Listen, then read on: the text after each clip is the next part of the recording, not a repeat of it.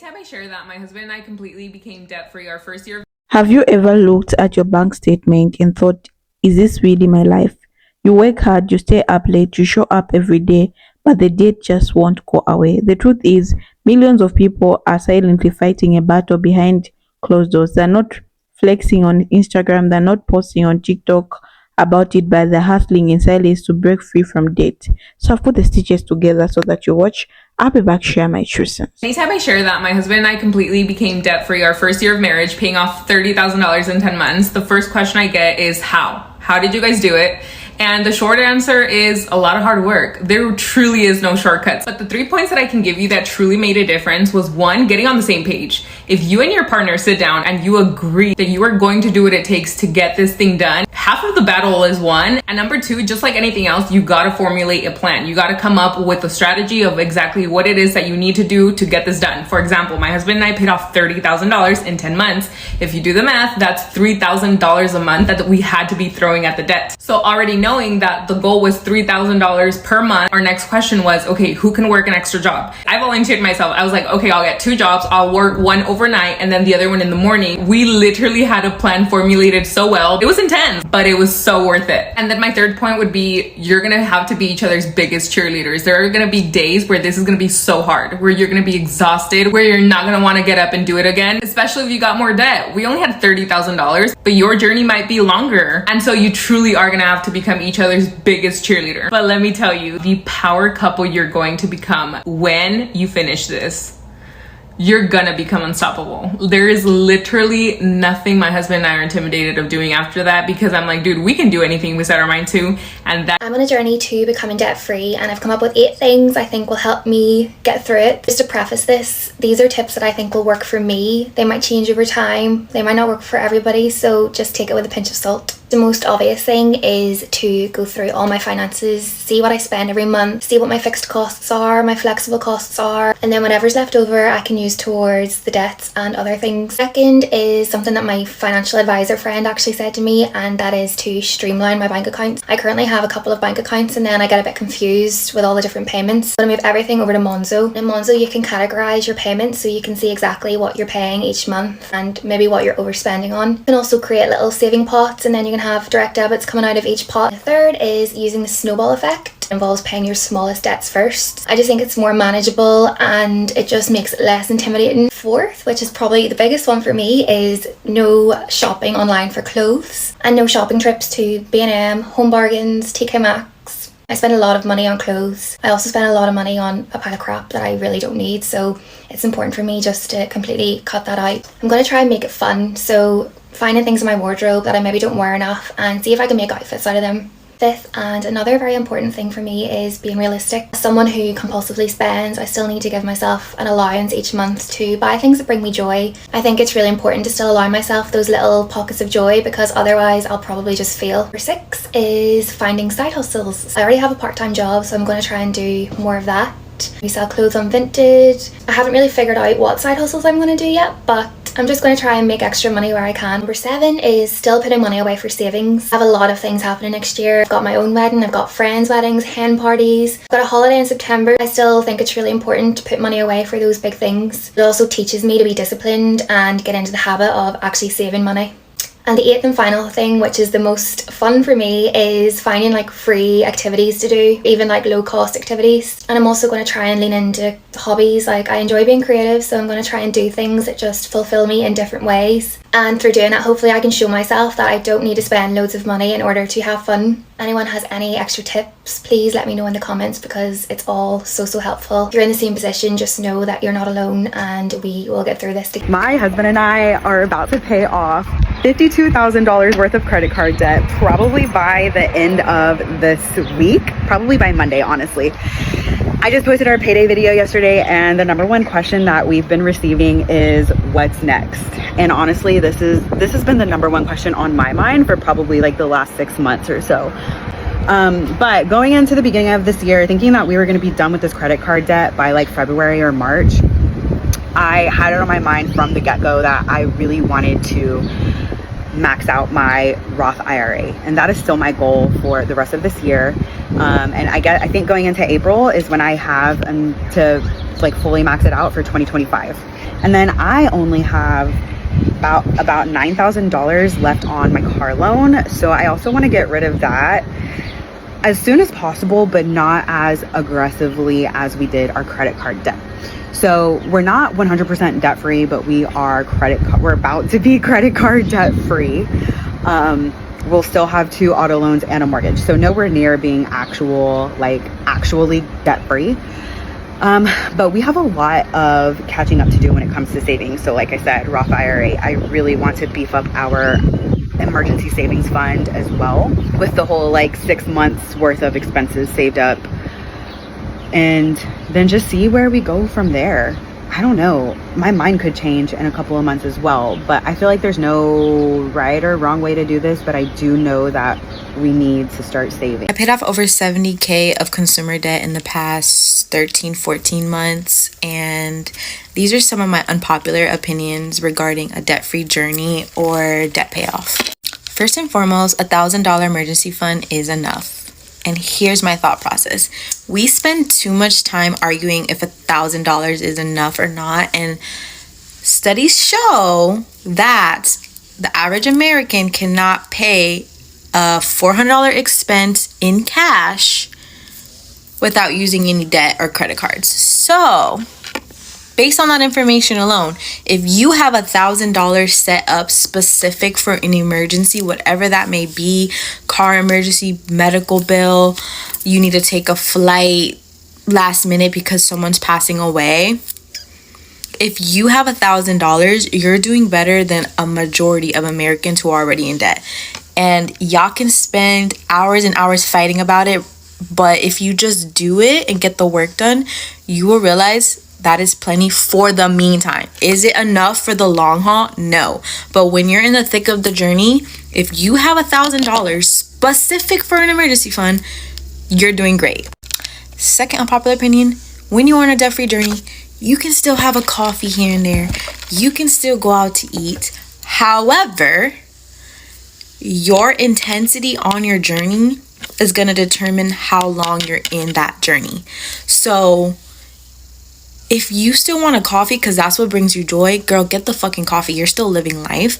But remember, all of those little sweet treats, going out, coffee, they do add up.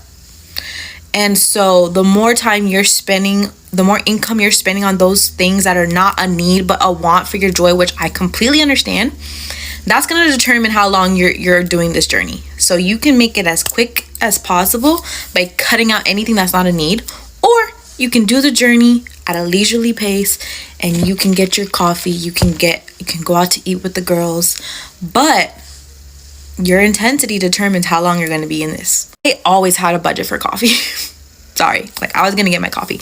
But maybe if I was a single mom like I was in the past and it was just my income and I had an extreme amount of stress related to debt, I probably would have really cut out all of those things. So there's nothing morally wrong with getting coffee while you're in a debt-free journey.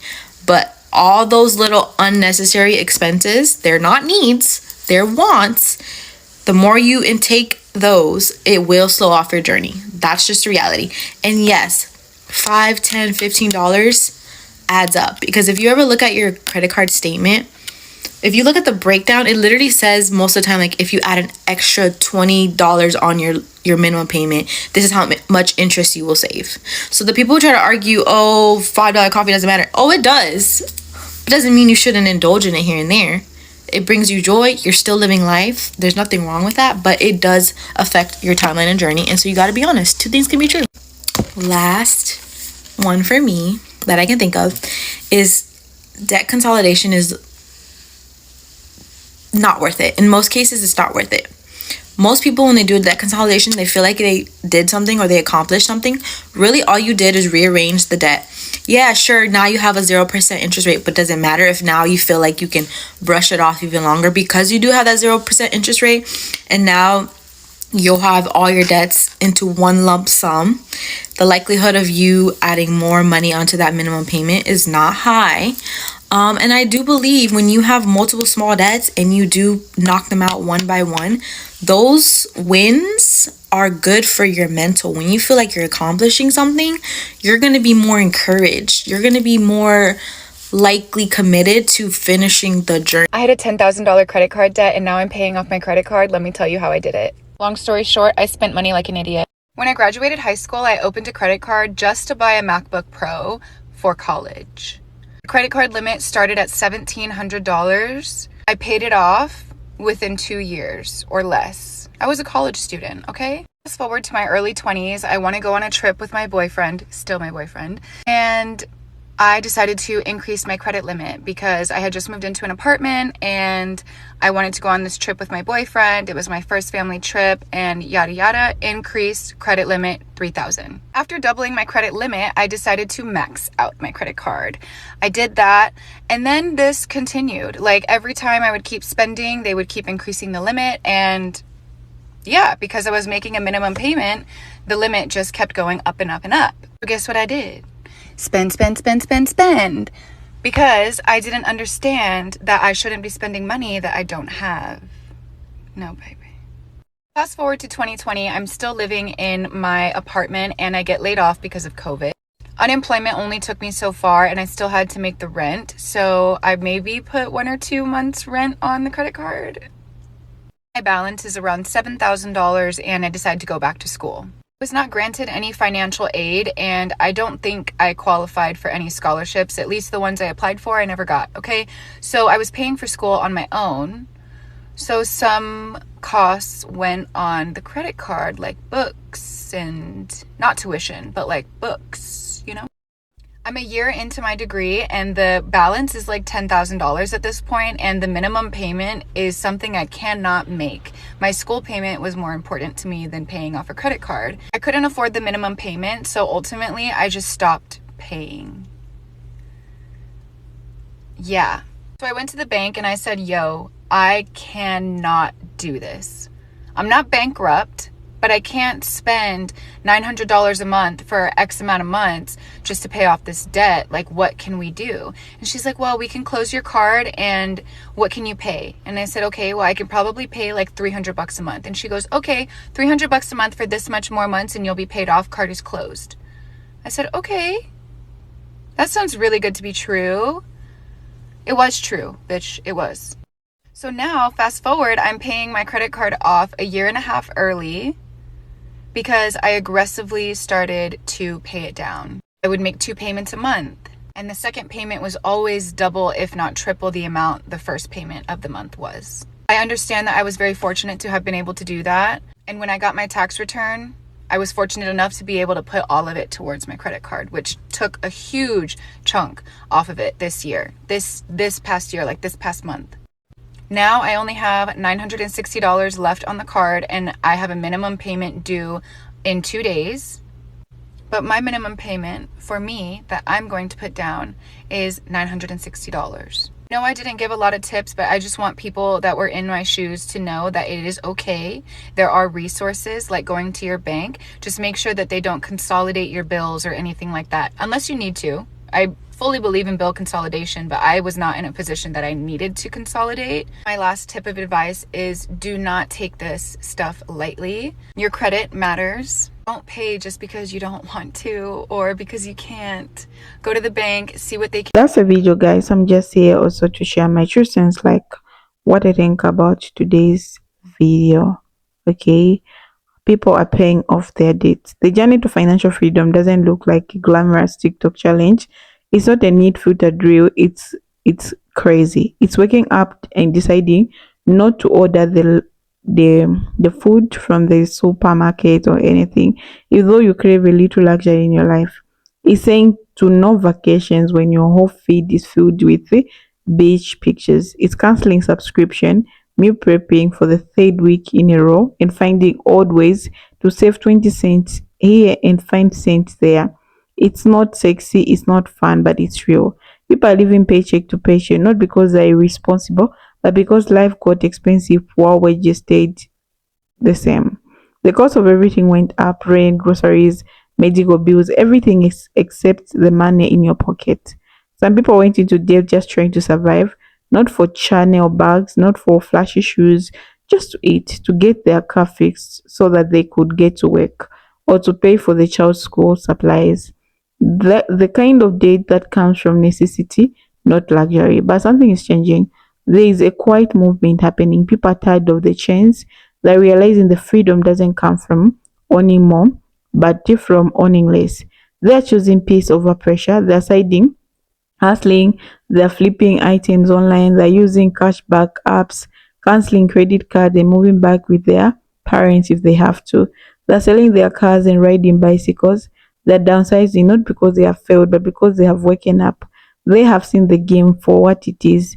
They have choosing not to play it with the way the system wants to.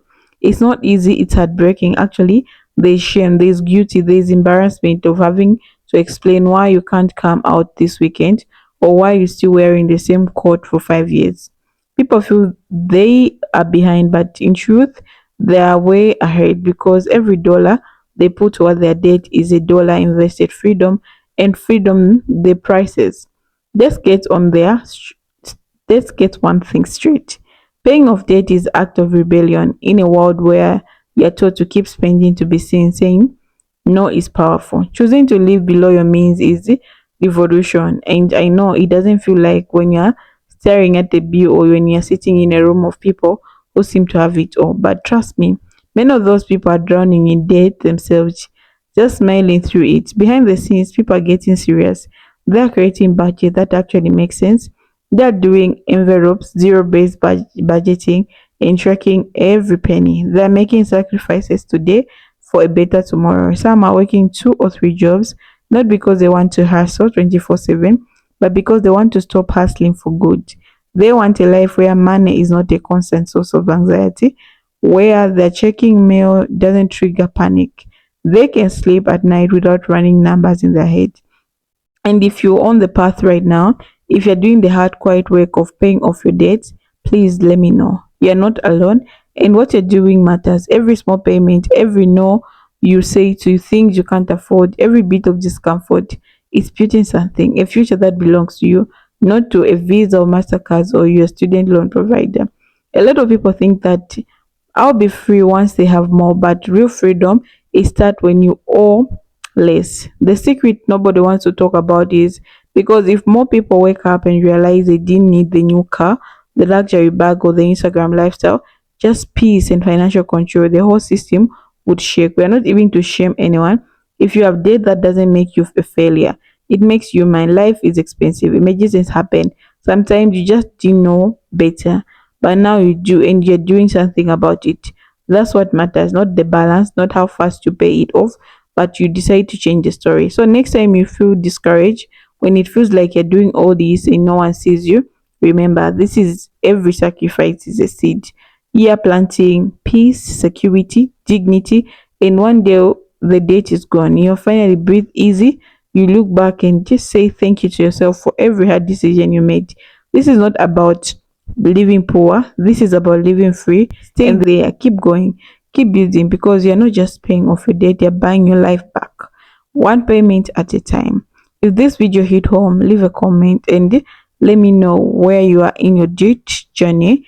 And if you're stuck or just starting, don't be ashamed. This space is for real people like you who are choosing freedom. Like, subscribe, and share your story. Bye.